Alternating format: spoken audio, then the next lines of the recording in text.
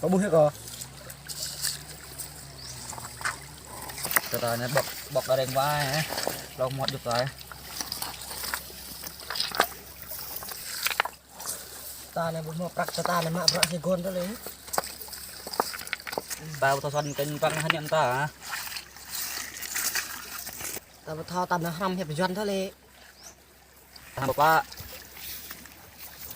còn bữa thao đấy có ta hiệp nhà thân năng ăn nó thôi lệ mót đi nằm mà này đấy đấy đấy đấy cái này là cặp này có là để có tốt này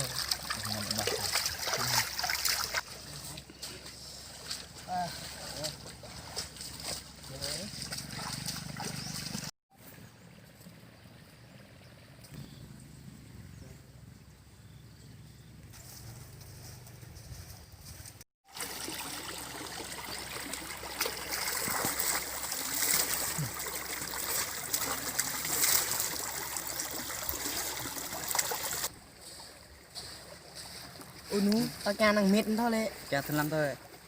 hey mệt mệt Giao cái này.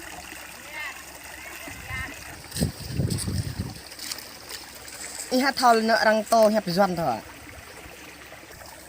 Cái thứ năm nhập doan hả? Mò, đi thứ năm mà. Nó có ba cái kia hả? tao đừng ní được hai con trận này bọc đây bọc được xong rồi Ồ mà cái đó nó trên có ba nào.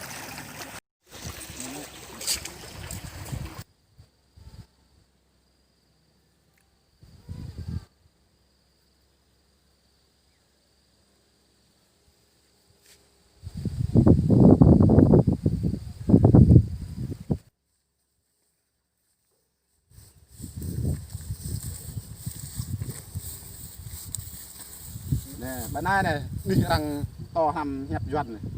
bên này nè Do Việt Nam mà ta ghi mày nó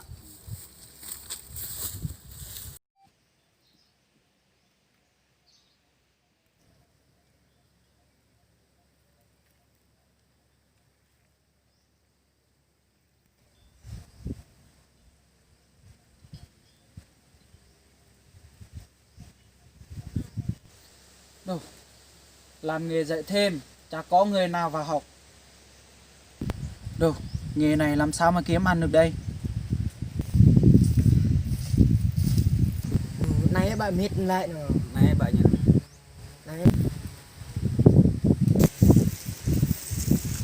hey đi to đang thăm lại hả đi đâu hay em vào học thêm hả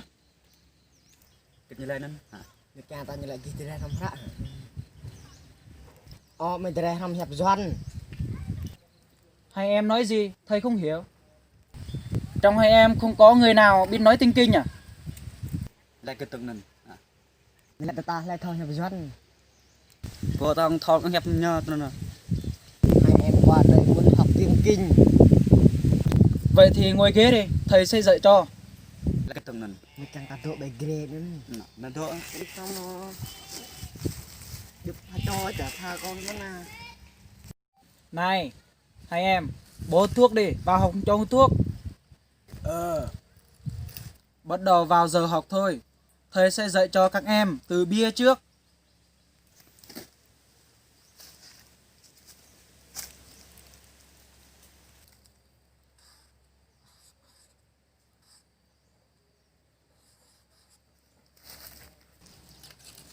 đây chữ bia đây các em đọc theo thầy nha bia khổ người ta lại kết nó nâng lên nữa hả như chẳng ta đọc theo thầy đi bia beer sai rồi bia đọc lại cho thầy đi beer beer con ông bức biết tên là nữa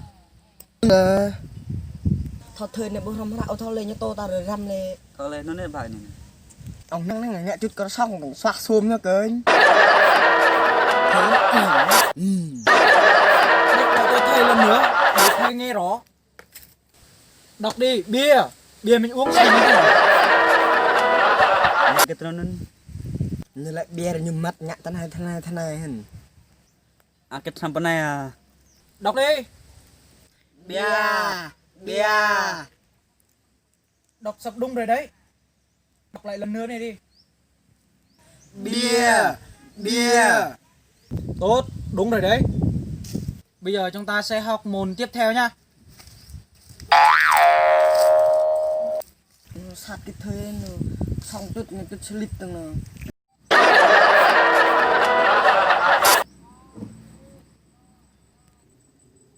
Xong rồi.